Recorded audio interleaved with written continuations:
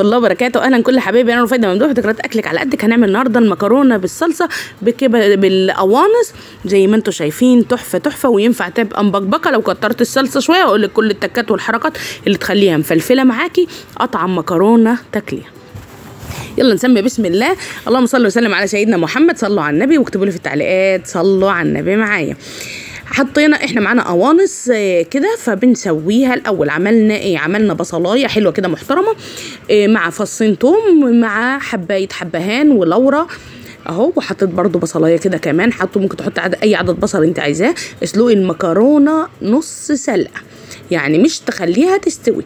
وبعدين طفي على اكنك بتعملي طشه فته، طفي على القوانص بالبتاع ده اسمه ايه، بالخل، معلقتين بس كده من الخل او ايه من الازازه كده شويه. وبعدين شوحي بقى القوانص حلوه قوي قوي.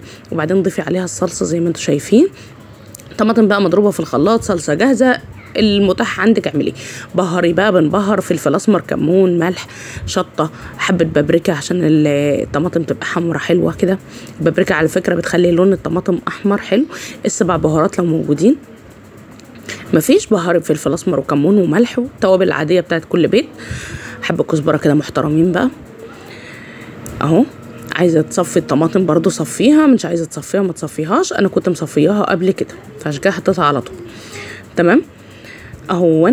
طبعا نحط الملح ونسيب بقى الكلام ده كده كله يغلي ويتسبك مع نفسه. ممكن تحطي عدد بصل يعني مثلا 4-5 بصلات كمان، هتديها طعم وتست وتخليها زي الفل. طبعا اتسبكت جامد اهيا. وكمان القوانص استوت معناه استوت، لان طبعا ساعه ما هنحط المكرونه اصلا المكرونه نص سوا فمش هتسوي حاجه. عايزه بقى تخليها مبكبكه، كتري الصلصه كتير شويه عن كده يعني.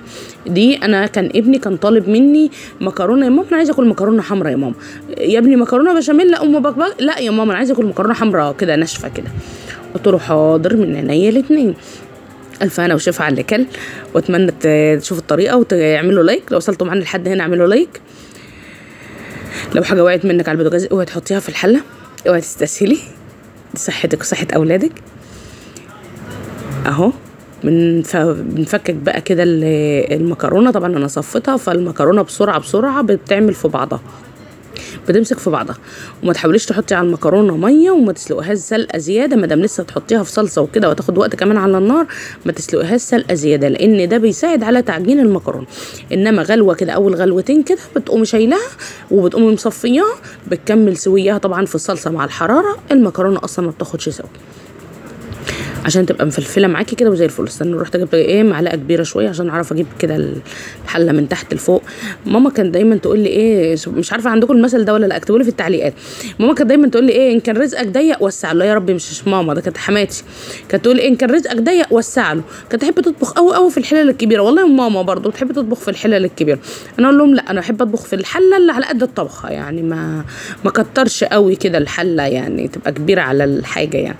لو انت عندكم المقوله دي مشهوره كده في البيت زي عندنا اكتبوا لي في التعليقات. بحبكم قوي قوي في الله والله. اكتبوا لي في التعليقات واكتبوا لي كمان ودوسوا لايك واشتركوا في القناه. البرنجانه دي انا حطيتها على وش المكرونه وهي كانت بتتردد، يعني زي ما انتم شايفين كده. بس يعني انا فتحتها حطيتها شويه فاستوت بالبخار وحطيتها على وش المكرونه. وبعدين انا يعني الحمد لله على قدر الله انا بحب اقدح زيت على المكرونه، بتديها لمعه كده وبتخليها مفلفله وبتخليها جميله. طبعا الحمد لله اللي حصل لي في الحته دي ان الزيت وقع من فوق على رجليا على الارض فاتلسعت. فالحمد لله يعني. جوزي بيقول لي انت مرزقه، يعني الزيت ازاي واعمل حله على رجليكي تحت؟ قلت له الحمد لله قدرا، الحمد لله على كل شيء. زي ما انتم شايفين المكرونه على فكره كل ما تسيبها تبرد كل ما هتبقى مفلفله اكتر. يعني عايزه اقول لكم هي ما شاء الله مفلفله وجميله هي جدا. والقوانص فيها موديها في حته تانية خالص، طعمها جميل جدا. عايزه تحطي مكعب مرق مع القوانص او ممكن تعملها بكبده على فكره، او بصدور فراخ، او زي ما انت عايزه، اي حاجه متاحه عندك حطيها اهون. فايه ممكن نعمل كده اهو زي ما انتم شايفين. حطيت طبعا كام بصلايه بقى يخلوها لها تيست تاني كده. والبرنجانيه دي كده في النص. عايزه اقول لكم ان البرنجانيه دي انا خدتها انا قدامي وقعدت اكل فيها طعمها بجد تحفه تحفه. ممكن تحطوا اكتر من برنجانيه يعني، بس انا عارفه ان محدش هياكلها الا انا، فانا حطيت واحده بس.